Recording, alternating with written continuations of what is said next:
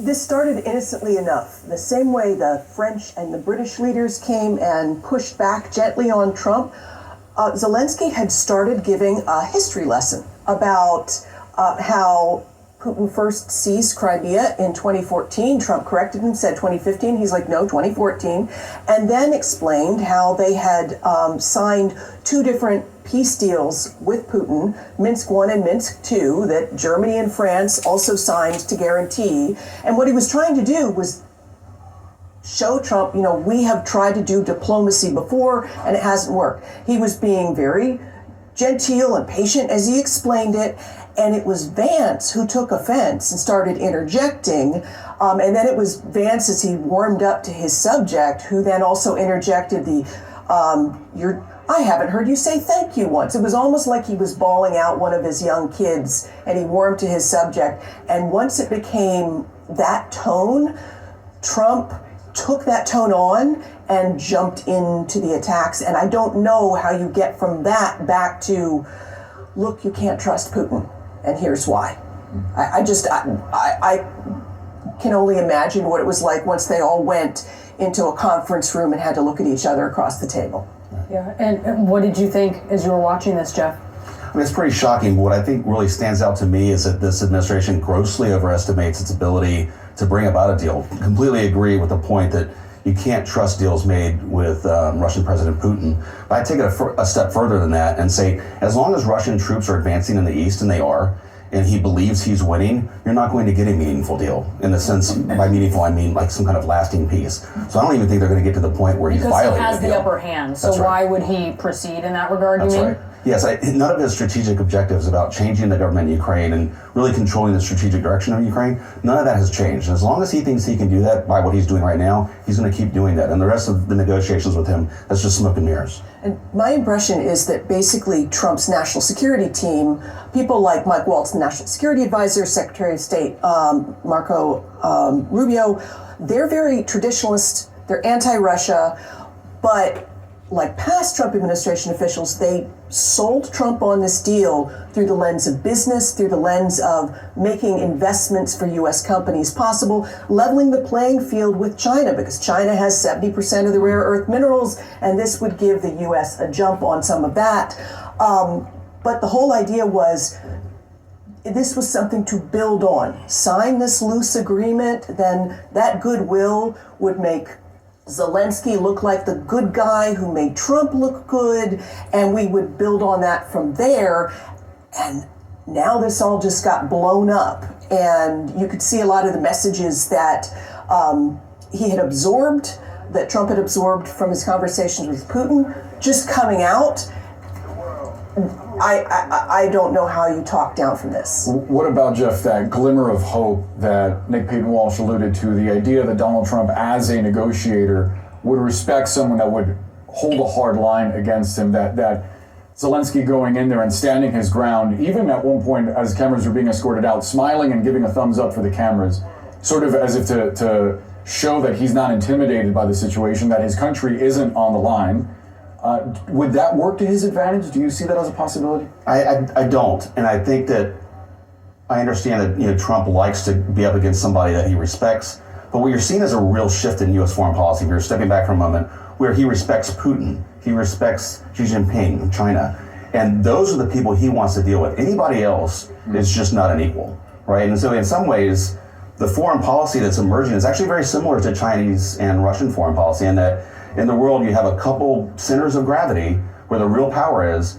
We'll work things out amongst us, and like all the rest of the countries just need to fall in line. I won't mess with your area, you don't mess with my area, and we'll just straighten it out ourselves. And Zelensky doesn't rise to that level in Trump's eyes. Meanwhile, watch his popularity ratings back home. They're going to soar. They're at 65, they're going to be higher, and European nations who were thinking about, we got to go it alone, after watching that spectacle, they're going to be like, okay, it's us in Ukraine. We cannot count on this White House. Let's talk a little bit more about that with CNN chief international anchor Christiane Amanpour. Let's talk, Christiane, about how European leaders are going to view this moment. Well, look, I think just what your guest just said, it's going to be you can imagine everybody in Europe now has their head in their hands, particularly after the parade of European presidents and prime ministers just came back from fairly successful meetings with President Trump. They never got what they wanted in terms of a security guarantee for Ukraine, because that's what they really need if there's to be any peace. But now they're going to be wondering, is there going to be any deal to even police and to enforce? Are we just going to have to continue funding and supplying this war? What I can tell you is the British Prime Minister has announced that he is having a summit in London this weekend on Sunday. He's invited all the major European leaders, and President Zelensky was due to be coming back from Washington via London to take part in that summit. This was, designed to compare notes, all their trips to the White House, how to go forward. I don't know whether that will still happen. I don't know what they might discuss. It seems it's even more urgent for that summit to take place, given what just happened in the White House. Look, from a European and an overseas perspective, what seemed to have happened was this very strange new White House way of having these long and lengthy Oval Office sprays with the press where they do talk for a long time. It's not usual. This is, an accident waiting to happen. You saw the Zelensky handshake as he met with President Trump at the portico. He was incredibly tense. Zelensky's body language, very tense, knew everything that was riding on this, on this meeting. And then, as everybody said, a fairly okay meeting devolved into this really horrendous catastrophe in the last 10 minutes. And as everybody has said, launched by the intervention of the Vice President. Vice President J.D. Vance, this year in Munich, basically, washed his hands of Ukraine. Last time he was in Munich at the security conference, basically told Europeans and Ukrainians that I don't care really much what happens to Ukraine. So there's some animosity there, as you can imagine. Untruths about Zelensky never saying thank you, and a very, twisted and tortured version of what's actually been going on during this war. But I think, as many people said, Zelensky's main aim, as he said himself, but I want to ask what the US is prepared to do going forward. And perhaps I need to ask, whose side is the Trump administration on, Ukraine's or Putin's? And I think what you saw in that meeting was much more of the United States administration, the president and the vice president, taking all the Putin talking points and being frustrated with Zelensky and using those talking points. That, in terms of a transatlantic alliance and in terms of a superpower going forward, is really the major shift that everyone overseas has been incredibly concerned about.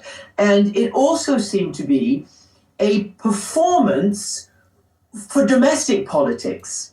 What President Trump and Vice President Vance were doing, it seemed, was as much a domestic political campaign appearance as anything else. I mean, at one point you heard President Trump going back on the Russia hoax and the Hunter Biden laptop and on and on and on. There is bad blood between these two leaders from the very beginning. But again, let's not forget that it was the javelins that Trump did provide that allowed Ukraine to fend off the Russians in those early days. Very important. These weapons work. But let's also not forget that it was Trump who convinced his MAGA allies in Congress this time last year to pause the latest delivery of weapons to Ukraine. And that was a 7-month lag, which cost territory, which cost lives, and which has put Ukraine in a very bad place. But to keep hearing the President of the United States tell the Ukrainian president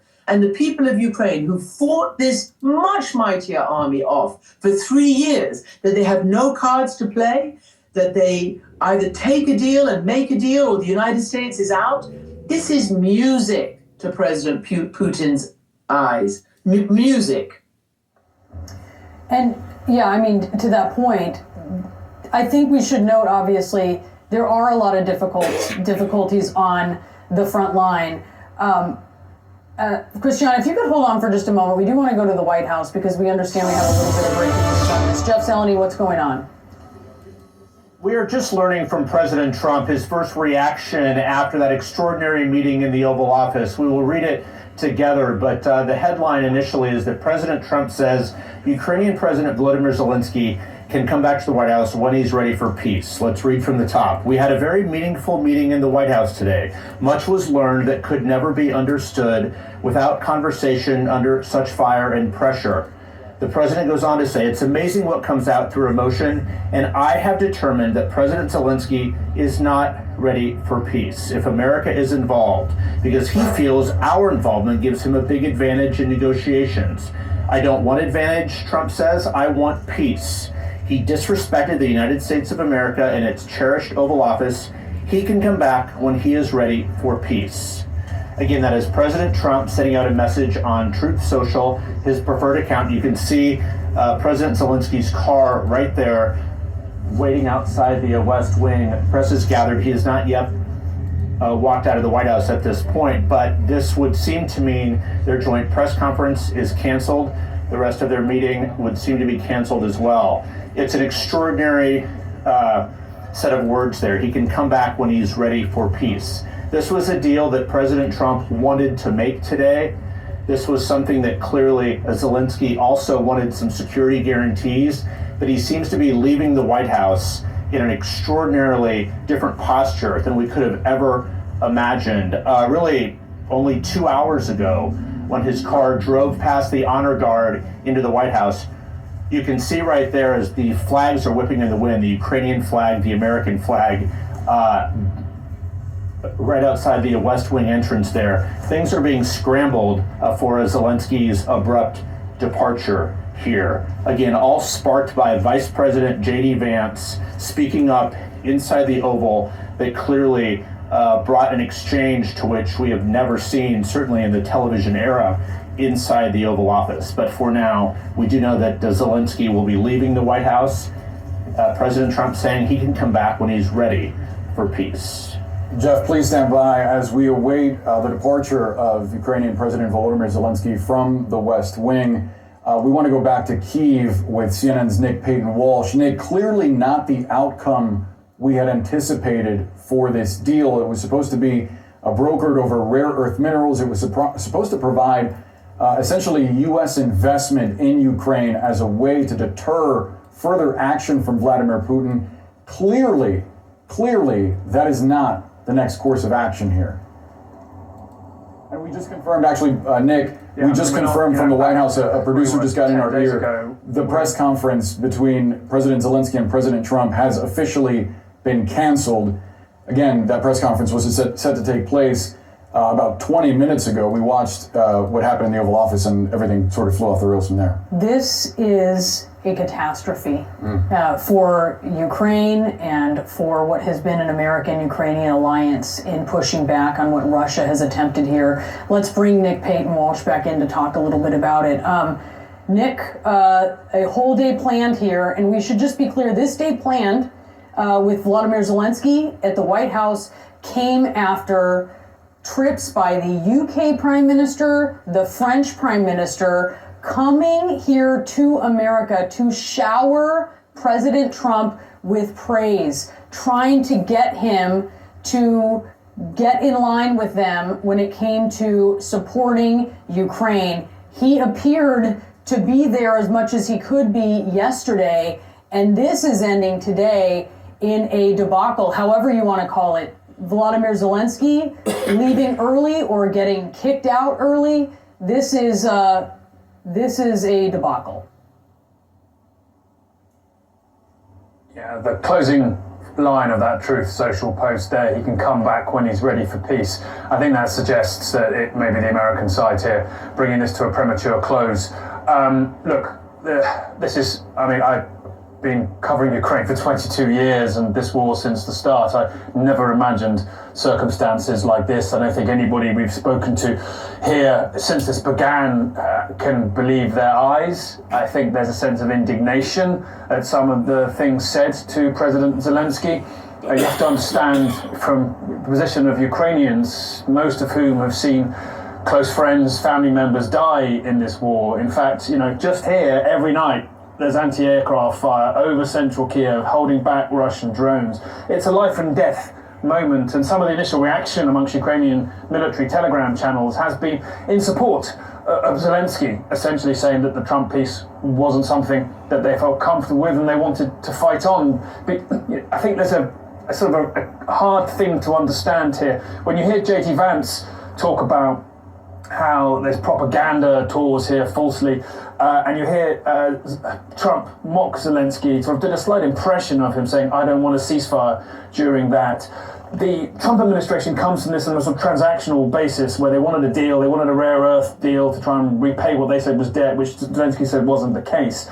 But for Ukrainians, this is deeply personal and existential. This is their main military and financial backer, possibly out. I mean, I've been hearing repeatedly from US officials since this rare earth minerals deal came around. If it wasn't signed, then there's not really a path forwards. It does not seem as though it has been signed. Zelensky is leaving early, and after all the effort put in by European leaders to try and pave the way for this to be a smooth kind of Teflon re-ingratiation of Zelensky with Donald Trump, we are in a place that is unimaginable, frankly. It does put it puts questions into how Zelensky can possibly imagine to get the aid he needs from the United States here. That somewhat puts into question his position in Ukraine. They desperately need that money. And not only do they need that money, they need the European reassurance force in the event of a ceasefire deal to have American backing. Is that now in question? We don't know. And we saw there this extraordinary moment where Donald Trump said, you don't seem thankful, and to be honest, that's not very nice. After them shouting each other down, there was a moment when Zelensky simply couldn't be heard because Donald Trump was speaking over him, and I think he felt that that was, disrespectful to his office. He'd been asked there to talk and wasn't getting a word in. But there's also, I think, a moment here where, we have to look at what possibly was expected of Zelensky in this moment, which was maybe to emulate some of the graces shown by the French president and UK Prime Minister, who were very, very ingratiating towards Donald Trump. And they talked about the Notre Dame visit Macron did. Keir Starmer gave him an invitation for a second state visit and emphasised how rare, how unprecedented that was. They were really buttering Trump up to bring him back into the European orbit. I think instead Zelensky came into this meeting possibly thinking that a position of strength would be what would leave Trump feeling he couldn't mess him around. He called Putin a terrorist very early on. That was a very stark choice to make because surely the Ukrainians are aware of how reluctant Donald Trump has been to criticise Vladimir Putin.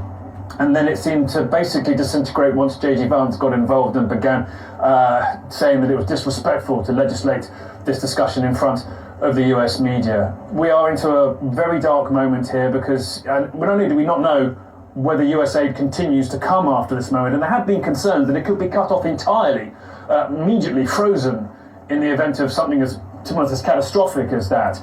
The impact of that on the front lines will be felt immediately, I think, not necessarily in morale, because there are signs of many people saying, we didn't like how Trump was treating Ukraine, and so our president has stood up for us. You hear that, certainly. But there's a practical impact if the aid slows, if the future of the Western backing for Ukraine becomes more in doubt. We've already seen recruitment problems talked about initially because of that, but then you might have morale issues. You have the fact that the Russians will be seeing this, and perhaps seeing now is a moment to increase pressure. We don't know. Do ceasefire talks continue? Do peace talks continue? Does the Kremlin get back now into Trump's ear and drag him geopolitically back into their orbit, as we saw just a matter of 10 days ago? We've been having whiplash here in Ukraine for 2 to 3 weeks, watching this relationship go from a place where 6 weeks ago, where it was rock solid, and frankly Ukraine would repeatedly demand things of their Western partners, saying they weren't getting enough to try and hold the line here, to the disintegration in the personal relationship between Trump and Zelensky. You knew from hearing that there was something probably lingering from the first term, where the Zelensky phone call that Trump described as perfect contributed towards his first impeachment proceedings. And the feeling that lingered in the background somehow was there during that personal spat. The remarkable effect of European leaders on Trump to get him to even pretend he hadn't even called Zelensky a dictator just yesterday. and then this moment here, the acrimony, watching it, for the Ukrainians we work with and see here, I kind of hoped that this was some sort of performative statement where they could both say they were defending their positions strongly enough, because Trump has always suggested a reluctance to assist Ukraine repeatedly. But it's clear from the early departure of Zelensky that this is really crumbling exceptionally fast in front of our eyes. And I think it's important to remind our viewers now that this is not just about 2-3 men in an office in front of the cameras, falling out publicly and shouting over each other. The impact is on the lives of Ukrainians tonight, who will be wondering if there will be enough Patriot missile elements to shoot down the next Russian ballistic missile attack. Zelensky said himself, sometimes he wakes up in the morning and simply doesn't know if there's going to be enough to shoot down the next volley of missiles. Will they... I should also share with you, we did a tally of the number of Ukrainian civilians who've died since Trump called Zelensky a dictator. That's 47 civilians, 222 injured in a 10-day spell. That doesn't include the hundreds on both sides of the exceptionally vicious front lines that we've been seeing.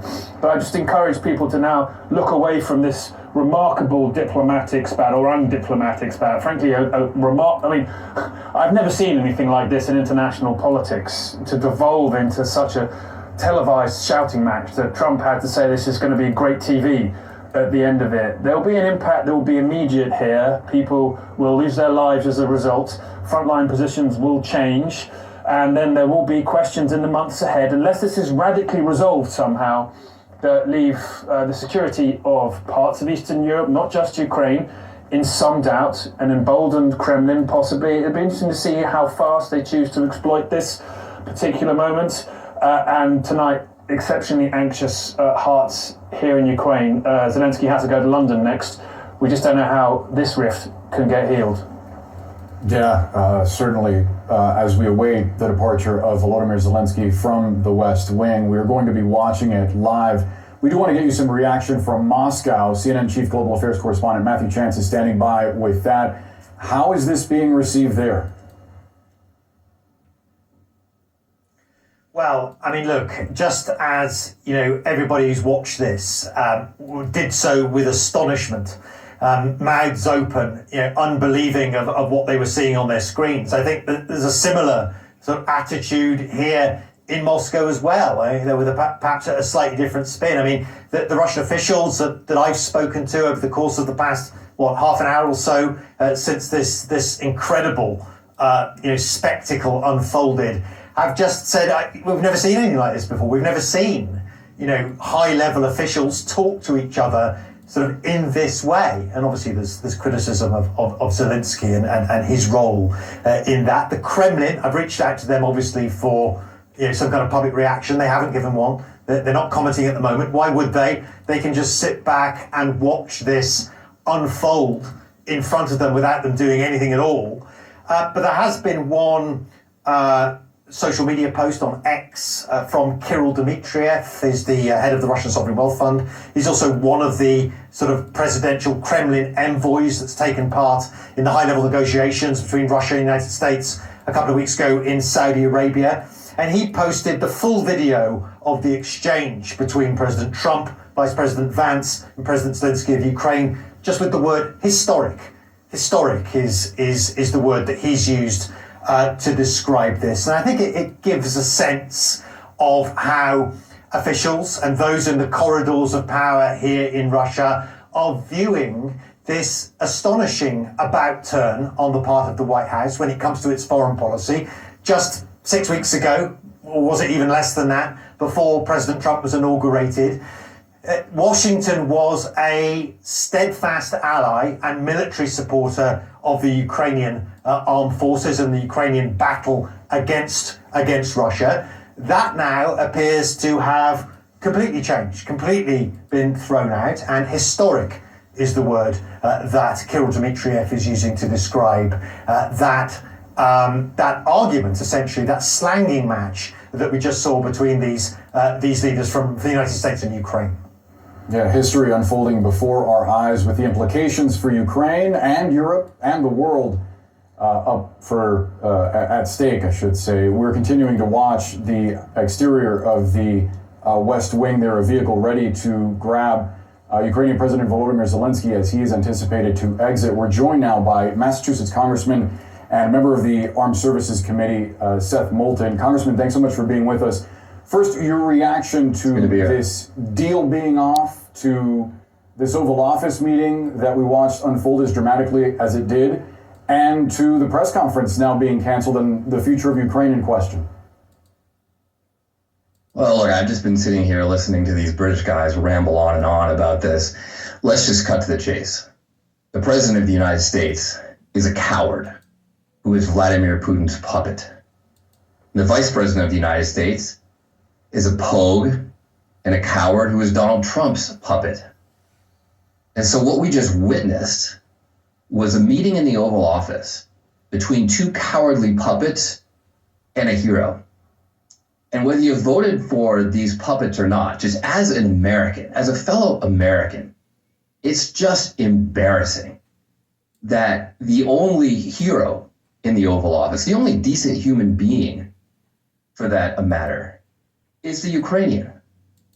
I mean, this administration is going to go down as an embarrassment to American history. Congressman, I wonder if you think that President Zelensky could have handled it differently, the way that some of his European counterparts and Emmanuel Macron and Keir Starmer did, and perhaps been more deferential to Trump and Vance. Deferential to what? Deferential to a president who allowed a deal in his first term to crumble because Putin just violated it? Deferential to a vice president who didn't even bother to visit Ukraine? I hardly know anyone in Congress who has any view on national security who hasn't been to Ukraine during this war. Deferential to a draft dodger who's our commander-in-chief? Zelensky doesn't deserve to be deferential to anyone in that Oval Office. In fact, I kind of wish he'd put them in their place a little bit stronger. I mean, this is just truly, truly embarrassing.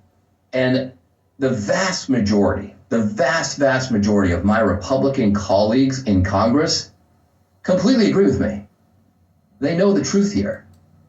They're just too scared to say it themselves.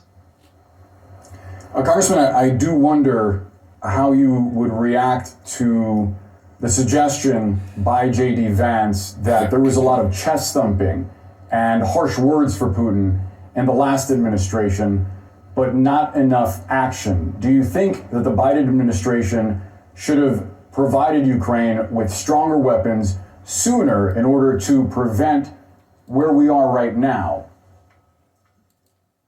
Look, I have been a fair critic of both Democrats and Republicans, and a critic of some aspects of how Biden handled this war.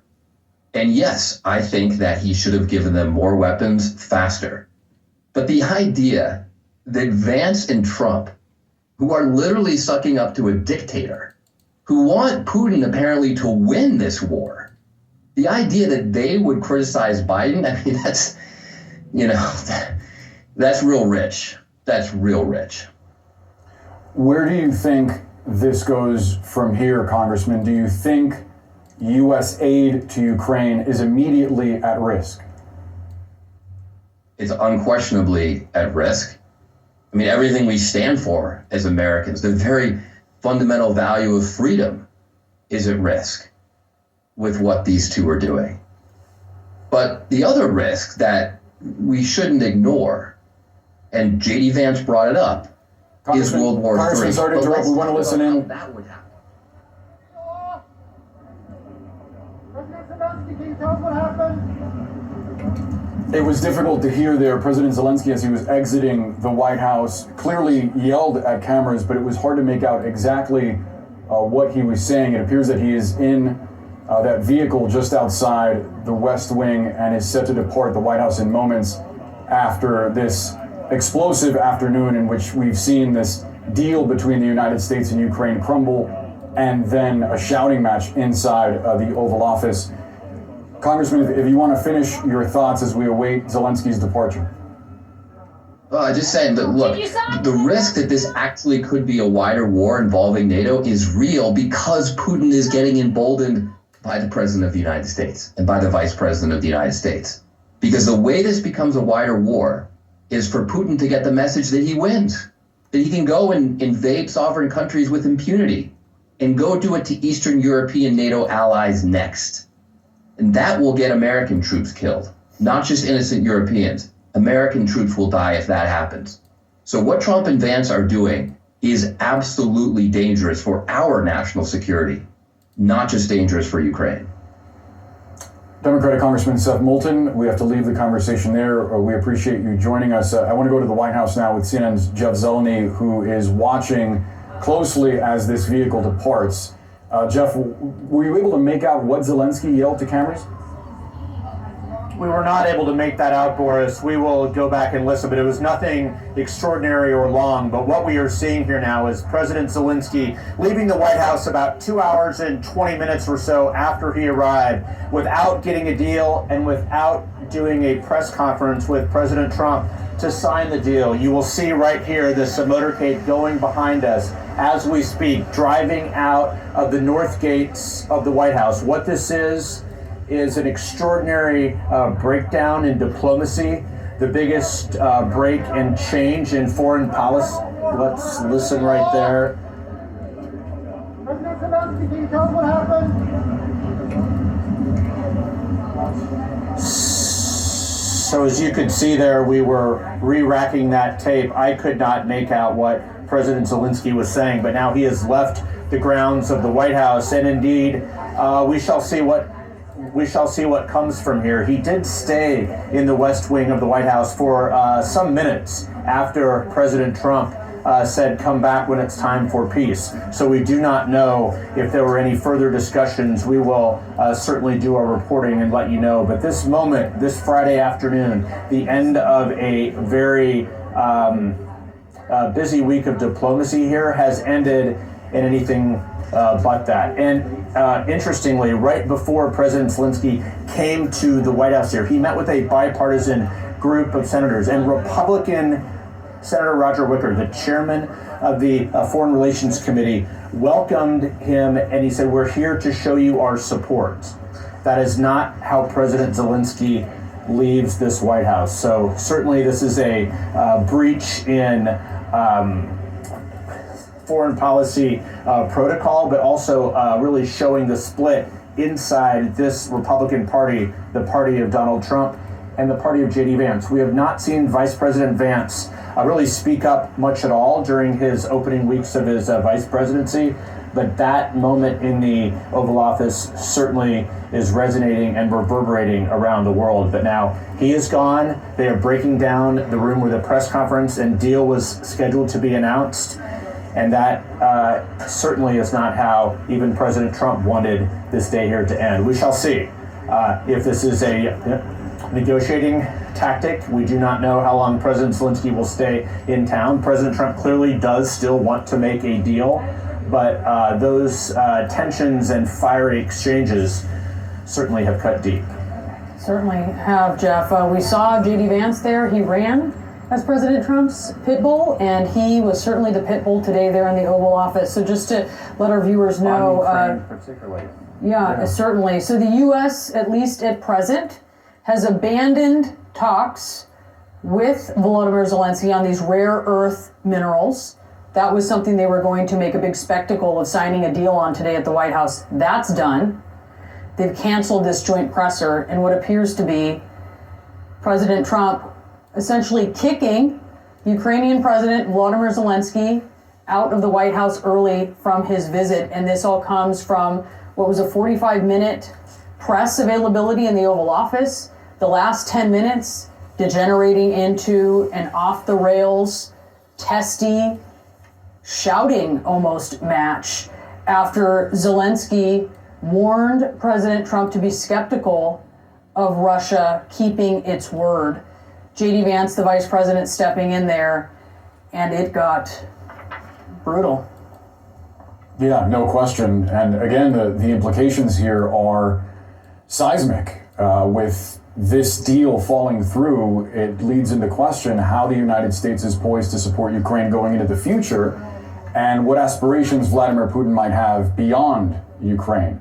a lot to keep track of here. Really a historic afternoon as we've been monitoring these developments from the White House. We're going to take a quick break. We'll continue the discussion when we come back. Stay with CNN.